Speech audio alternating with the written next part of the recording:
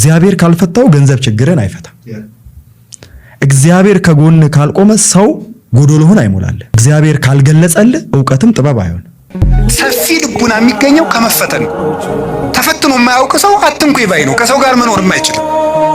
ስለዚህ እግዚአብሔር ከመከራ የተነሳ አሰፋልኝ ያለ ቅዱስ ዳዊት ለዚህ ነው። መከራ ትዕግስትን እንዲያደርግ፣ ትዕግስትን ተስፋን እንዲያደርግ እናውቃለን። ተስፋ ደግሞ አያሳፍርም ይላል ቅዱስ ጳውሎስ። መከራ ትዕግስትን ያደርጋል። ትዕግስት እንድናገኝ ብርቱ እንድንሆን። የሰው ልጅ እንደ አትክልት ነው። አረጋዊ መንፈሳዊ እንደሚናገረው አትክልት በፀሐይ ብቻ ማደግ አይችልም፣ ይደርቃል። በዝናብ ብቻ ማደግ አይችልም፣ ሽባ ይሆናል። ስለዚህ ዝናቡ ያበቅልና ያሳድገዋል፣ ፀሐዩ ያበስለውና እንዲያፈራ ያደርጋል። ስለዚህ ሐሩሩን መከራ አድርጉት፣ ዝናቡን ደግሞ የእግዚአብሔርን ቸርነት አድርጉት። ሰው ሁልጊዜ ቸርነቱን ብቻ ቢያደርግለት መከራ ሳይመጣበት ብቻ ቢጠብቀው የሰው ልጅ ልፍስፍስ ይሆናል፣ ሰነፍ ይሆናል። ዝም ብሎ መከራ ብቻ ቢመጣ ደግሞ ተስፋ ይቆርጣል። ስለዚህ እግዚአብሔር ምን ያደርጋል? ሰው አትክልት ነውና አትክልቱን ለማሳደግ ከመከራውም ጥቂት ጥበቃውንም ሳያቋርጥ ሁለቱንም እንዲፈራረቁ ያደርጋል። ሰው የናቀውን አንስቶ ሾሞ ያከብራል። ዘይት አፍስሶ ባሪያውን በእጁ ይቀባል። አክሊል ይደፋል አንስቶ ላጎነበሰ ክብርና ጋሻ መከታ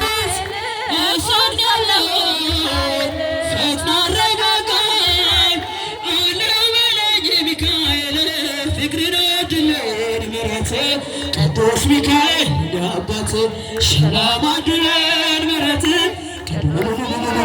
ያባት ሚካኤል ሚካኤል ሊቀ መላእክት በኃጢአት እንዳንወድቅ እንዳንሞት ፍጥነት ተራዳን አጽናን በእምነት በኃጢአት እንዳንወድቅ እንዳንሞት ፍጥነት ተራዳን አጽናን በእምነት።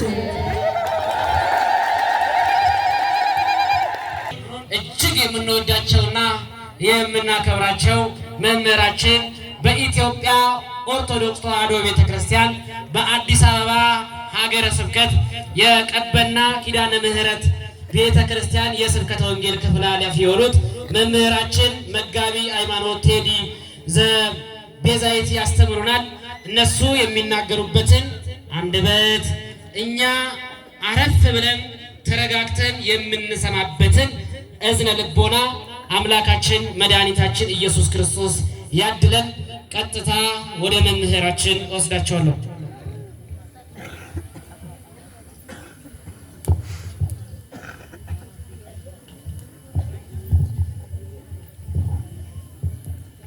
በስመ አብ ወወልድ ወመንፈስ ቅዱስ አሐዱ አምላክ አሜን።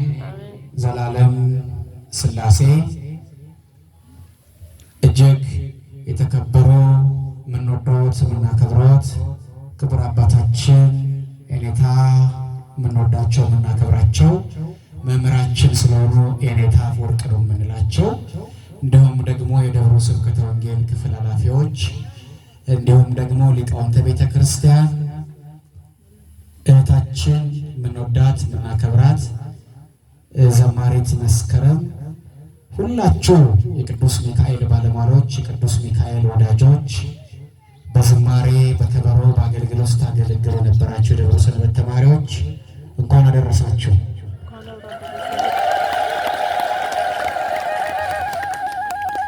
የኔታ አፈወርቅ ልጆችማ እንዲህ አይደለም የምታጨበጭቡት፣ በደንብ አጨብጭቡ። ሚስኮል ነው ያደረጋችሁት፣ በደንብ አመስግኑት እግዚአብሔር። ማን ይመስገን? ማከኛ ጋራ ይሁን። እግዚአብሔር ከሁላችን ጋራ ይሁንልን። እንግዲህ እንደ ቤተ ክርስቲያናችን አስተምሮ እንደ ቤተ ክርስቲያናችን ስርዓት ዛሬ የምንባረክበት ቀን ነው።